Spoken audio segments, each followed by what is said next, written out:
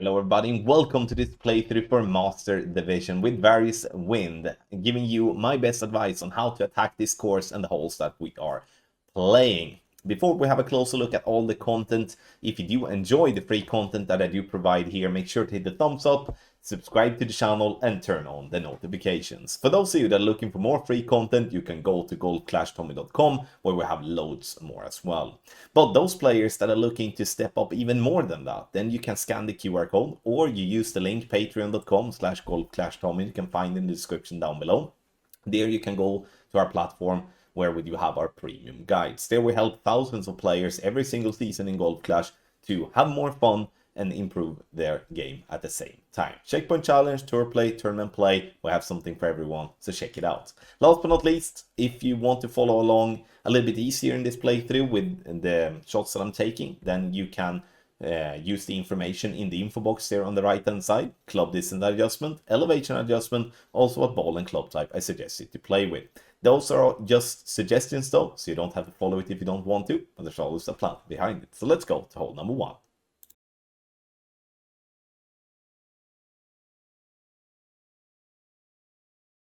Hello everybody and welcome to hole number 1, a par 4 of the East Lake Golf Club. This is a general video that you can use for reference when you are playing this hole in tour play or in tournament play. If you're looking for the ultimate tournament text guide for this particular hole and the East Lake Golf Club, sign up on patreon.com/golfclashtommy. The ultimate tournament text guides will give you a proper breakdown and give you a very good chance to drop the shot for an eagle. All right, so we start off with the drive, and here you can see that the fairway is going just straight down, and we're gonna try to get the ball as far down we possibly can. In tailwind, we're obviously going to have a much easier drive, which is going to leave us up for a short iron to pin. If we do have a crosswind or we do have a headwind, you're going to see that you will most likely have a long iron towards the pin. No matter what though, you will still have yourself a decent chance for a drop. Max +10, so 10% elevation, as I do judge it to be slightly downhill on the drive. And you can see that I'm using all the top spin that I can together with some left spin. And we are going down here the left hand side. As you can see there in the end, the ball is kind of trailing back to the right, so I rather favor the left hand side than the right hand side. The second shot, we are here having the thorn. Here you can play with whatever short iron you do prefer. You don't have to play with a thorn, you can play with hornet, you can play with falcon and go for pin. Now, so either you go for a rough bump or you do a bounce up. I do personally believe that a bounce up is a better play than the rough bump, mainly as the rough bump seem to be very glitchy, which I do feel like the majority of these Lake Golf Club holes are when you're trying to go for a rough bump. Try to use right spin, because the more right you are on the fairway, that also gives you a slightly inconsistent bounce. No elevation on this shot, and then obviously it's all about judging the club distance correct. Yeah, if you are close to mid, max, or so. A little bit left of pin, but definitely a good chance for an eagle. Scan the QR code on the screen or go directly to patreon.com/golfclashtommy for the ultimate tournament text guides for this hole and for all the holes of the East Lake Golf Club.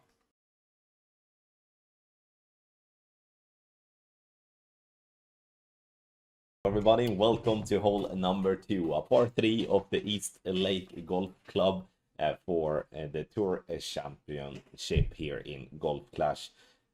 In this video, you will see me play with a free-to-play ball. I will give you my best advice, and this video shall also be considered a general video where you can use the information here for tour play and also for tournament play. If you're looking for more detailed information about the East Lake Golf Club and our premium guides, the ultimate tournament text guides, you scan the QR code here on the screen or you use the link in the description down below called patreon.com/golfclashtommy. All right, this hole, I spent too many practice tokens on this one in general practice, just because I wanted to kind of understand it a bit better. And my kind of thinking here in the end is either you're going to go for a rough bump similar to like this, or you're going to go with some sort of a backspin boost play or a backspin play. It's at least from the third tee, trying to use that slope on the green to get the ball to fall back down. It's not going to be possible, even if you're playing with max backspin with the Thor's hammer or with the rocket. You have to have some sort of backspin boost. And I'm not ruling out that that's going to be the play, but it obviously makes it very difficult when it comes to... it's going to be difficult when it comes to playing free-to-play here, as you don't really have that possibility to play with a backspin boost. So what I did here was that I set up for a rough bump. I added one set of spins to get the ball guideline to be by the hole, and then I applied max backspin and more side spin after that to try to get the ball back in a line. 0% elevation is what I'm judging here for this play to be, and obviously when you're playing a par 3, you're going to have to be careful with the different aim points and stuff like that, as it is very much wind direction dependent. You may wonder, why do I not bounce on the fairway pad, basically like an NMT? It's because that fairway pad is so inconsistent and glitchy that it's just crazy how they are not really they don't want us to play there if it's not just for getting a birdie. You can try for yourself, obviously, but you will notice quite immediately what I mean. Very difficult par 3, in my opinion. This is definitely going to separate the players here, that those getting a hole-in-one will most definitely have a big up on the other. Scan the QR code here on the screen or go directly to patreon.com/golf-tommy via the link in the description down below for the ultimate tournament text guides.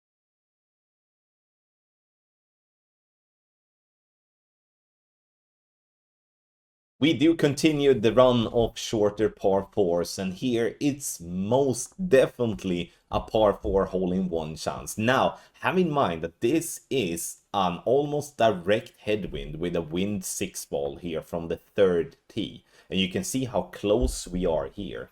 You will notice that I'm setting up pretty far back, and why is that? It's because I don't want to adjust into overpower. So if I would be putting myself up, let's say at max club, then I would obviously pull into max, and that would make it a little bit more complicated for me to judge how much, in that case, how much overpower that I would need. No elevation on the drive is my judgment using circle drop overpower, so you can still see that it's still a slow needle. Using some right curl because the ball otherwise will be going to the left. We could have done, in hindsight, maybe a little bit more right curl, but you can see how good that speed is, and we're getting ourselves there to the left side of the pin with perfect speed. I have no doubt that this is going to be such a hole where, at least from a guide perspective, we will see people having -3 on that scorecard. But no matter what though, regardless the way you're playing this hole, this one has to be an eagle. Otherwise, this one will even be more with hole 3 than what it is for hole 2 and hole 1. That you have to get that eagle. If you do end up with a wedge, you're going to play that EB school with a plus 20% elevation as a no spin. But I do recommend that when you are very close to the green, the max top spin is most definitely recommended.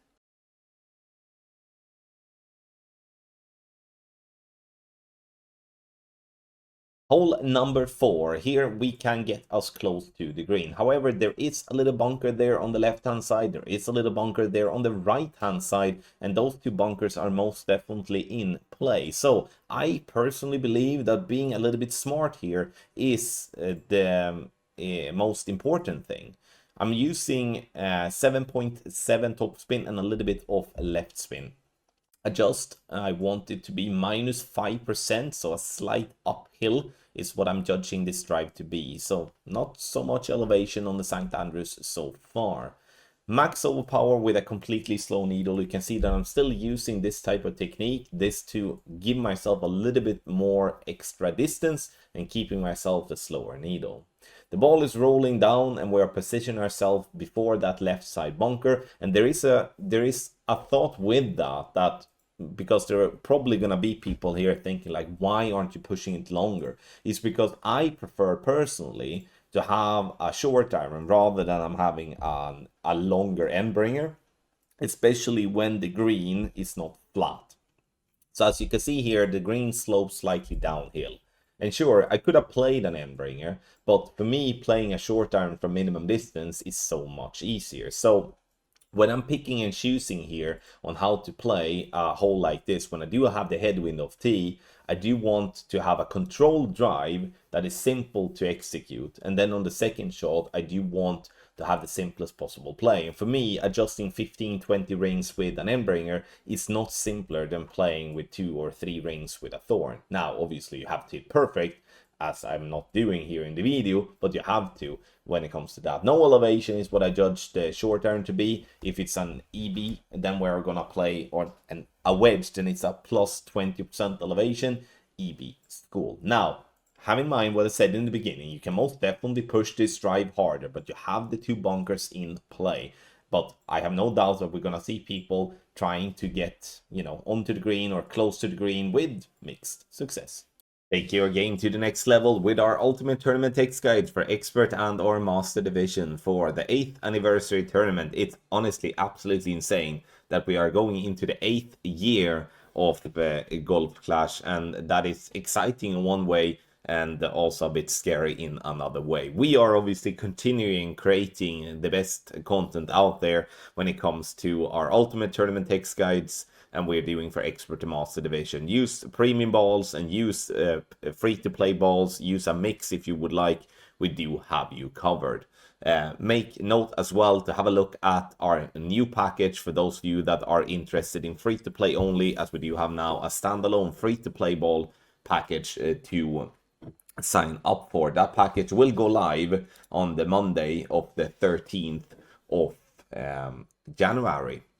What you need to have in mind as well is when we do create our guides, we are not just creating a guide. We allow you to get access to our support system where you can ask questions to the shot creators and the rest of the team.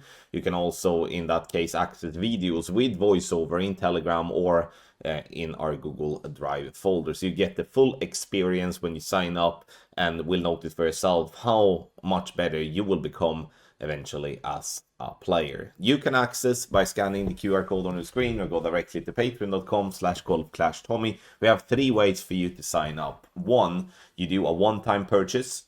2, you do have the 30-day commitment, which will be renewing every 30 days, which is more cheaper than the one-time purchase. And then we do have the annual purchase as well, which is the cheapest alternative, where you get a heavy discount for signing up, getting access for everything we do over a year. So check it out, sign up, and we wish you the best of luck in the tournament.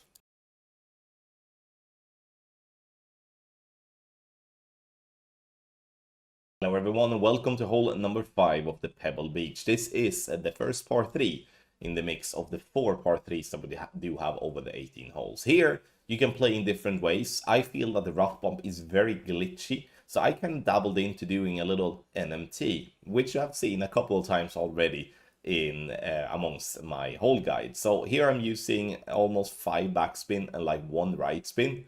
Adjust with mid plus 15. Now I want to be perfectly clear that when it comes to par 3s, I'm not firm with using the same elevation all the time. It's all about finding the adjust that kind of works for the rest of the setup. My intention with this type of play is to land on that sloped bank to push the ball right. You can see how it goes like boink and it down to the right. And now you can see a little bit unlucky getting short in line, but definitely giving ourselves a chance. You could possibly use a Guardian with a lot of backspin to land on the green, but I do think after doubling into this par 3, looking around for different spots, that the rough bump is definitely one that, I mean, it is a possibility. There are some good spots, but they aren't that big. And I kind of enjoy the NMT as well, where we don't really have to think about using a different aim point. But again, as par 3s are, and especially with hole number 5 that we haven't played that often, it's definitely up to each and every one to find a nice and a groovy spot. But if you do want to have some help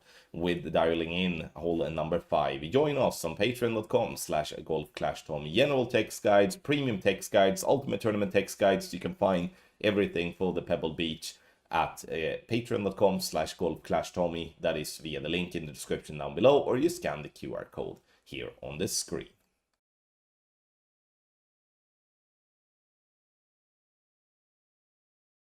Hello everyone, and welcome to hole number 6 of the Pebble Beach, a par 5, which is, I would say it's not that long, but the second shot, in my opinion, is quite finicky, and we're going to look at that soon. Here, you know, as you've seen so many times on the front 9 holes here, I'm playing an NMT, especially when I do have some tailwind, as I can then start with my power 6 ball, the Kingslayer, and just use all the top spin and 3 left spin.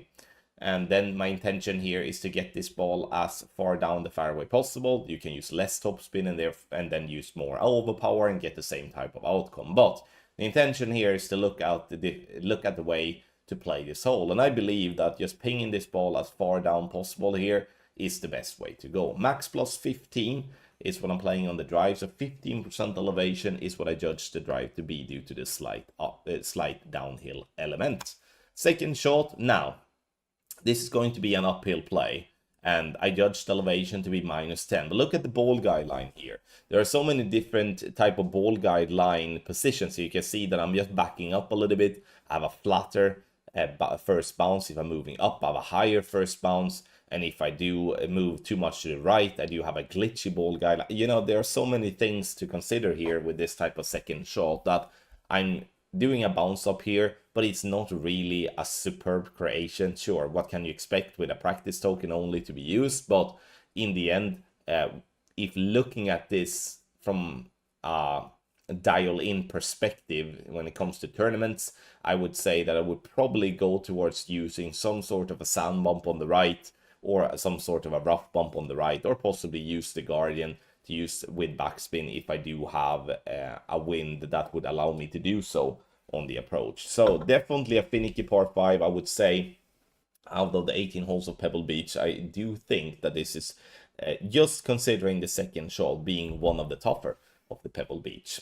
Scan the QR code here on the screen or go directly to patreon.com/golfclashtommy via the link in the description down below to get some help for the Pebble Beach and get yourself to be competitive and have an advantage over your opponents. General text guides and the premium ultimate tournament text guides, those only for master division. General text guides for every division, obviously.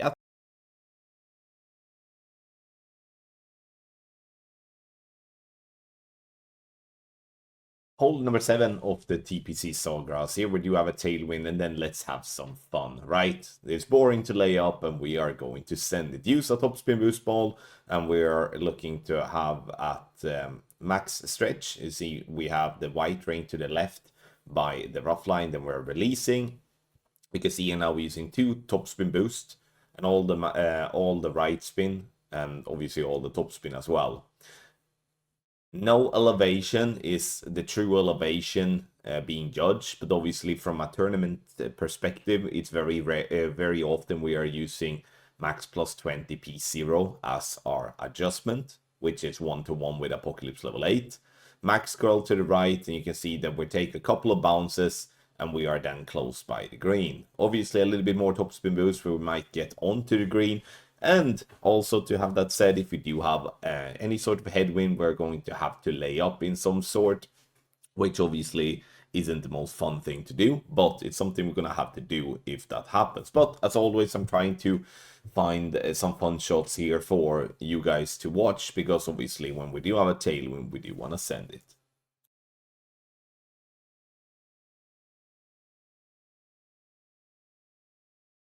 For hole number 8 of the TPC Sawgrass, here we do have all the trees there to the right being in our face, which sucks a little bit, I'm not gonna lie. Here in this particular video, we are using a P5 min line, looking to have the blue ring to the left by the rough line.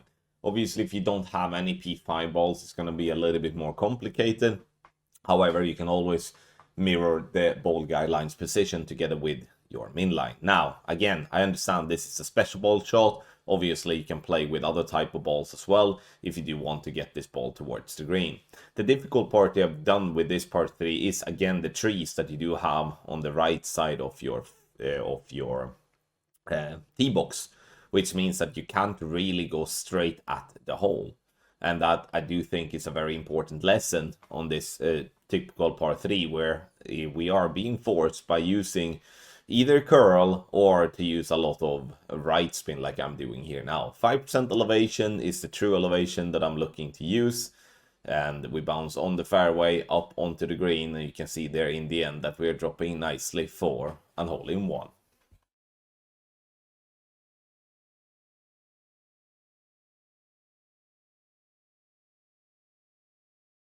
Hole 9 of the TPC Sawgrass. Here we do hope that we do have a tailwind, because then we can send it. Here we do have send it where we're going for a power slice together with topspin boost ball, which is a very fun shot, and it's something that I definitely recommend to have a try with if the wind allows. However, though, if you do not have a tailwind like this, we cannot obviously send it. We're going to have to lay up at the very end of the fairway, and then from distance then attack with a cataclysm or with a sniper or something like that, which is going to make this par 5 really difficult to drop.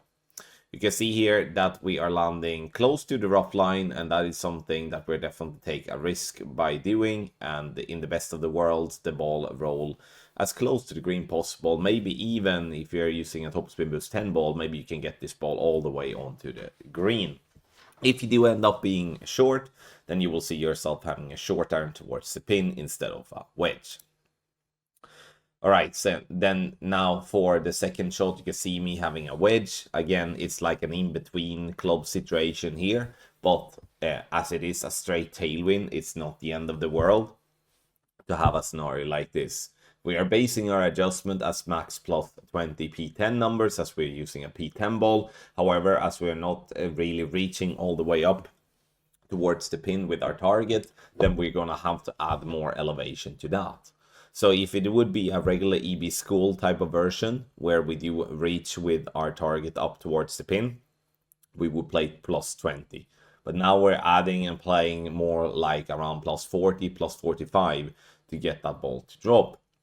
Still, once again, you have some leeway when it comes to having the, what can I say, in terms of having the straight tailwind that we're having there. But again, ascend it, it's only possible in tailwind. If we do have a crosswind or headwind, we're going to have to lay up, but at least wanted to show the fun shot, which is the send it on this very tough par 5 if we do get the proper wind. Thank you so much, everybody, for watching this playthrough for Master Division with various wind for this tournament. I'm giving you my best advice on how to crush all the holes. If you do look for more content, you can find more free content on our website golfclashtommy.com, or just browse the YouTube channel a little bit more. But for those of you that are looking to take that little extra step, then you go and search for our premium guides. You can get to the platform by scanning the QR code, or you use the link in the description down below called patreon.com/golfclashtommy. Join the largest guide community on the market for premium guides, and that is us. And we would like to offer you our help to improve your game. So sign up to any of our packages, try for yourself, and see how we will improve and make you have more fun with the game of Golf Clash. Thank you so much once again for watching. I wish you the best of luck in your Golf Clash game.